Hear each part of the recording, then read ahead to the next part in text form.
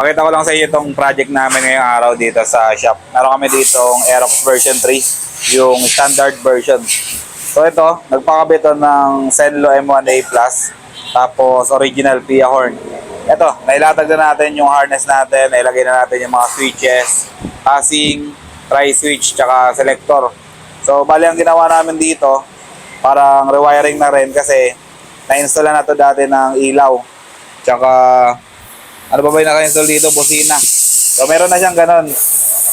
Ang ginawa namin ngayon, inayos lang namin yung wiring. Nakikita nyo naman, naka-bracket na siya dito. Ito yung Pia horn natin na original.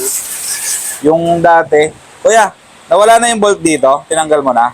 Wala na tayo pa ipapalit dyan. Meron. Sige. Baka makalimutan ha.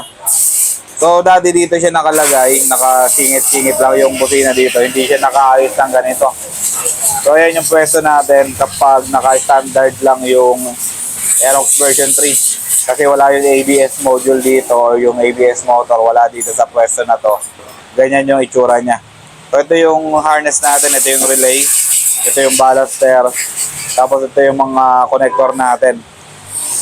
Papunta dun sa mga switches tsaka sa load natin. Sa ilaw naman, mayroon na siyang dalang bracket. Ayan yung itsura ng bracket niya. Naka-stainless siya tapos nakakabit siya dyan sa may T-post. Ayan yung sinasabi ko sa inyo, yung Zenlo M1A Plus natin. Ayan yung kinabit natin na 60 watts.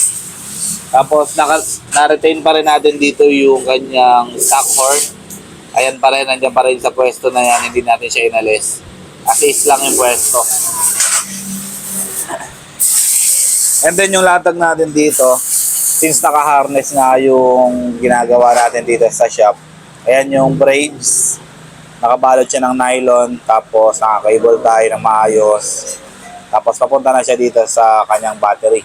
Yung battery okay na, naka-cover na, hindi ko na papakita sa inyo, pero sa battery meron siyang dalawang fuse, isa sa horn, tapos isa sa MDL, and then meron siyang fuse top na tinatawag, then yung after ignition power natin. So wala tayong cut, wala tayong peel, wala tayong singit-singit dito sa stock na wiring ng Aerox version 3. Ulitin ko, tri-switch natin, passing switch, and then yung selector, nandito na sa ilalim.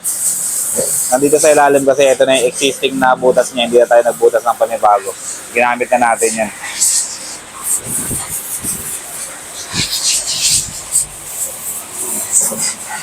So ito, isasarado na natin tong motor. Okay na yung wiring natin dito.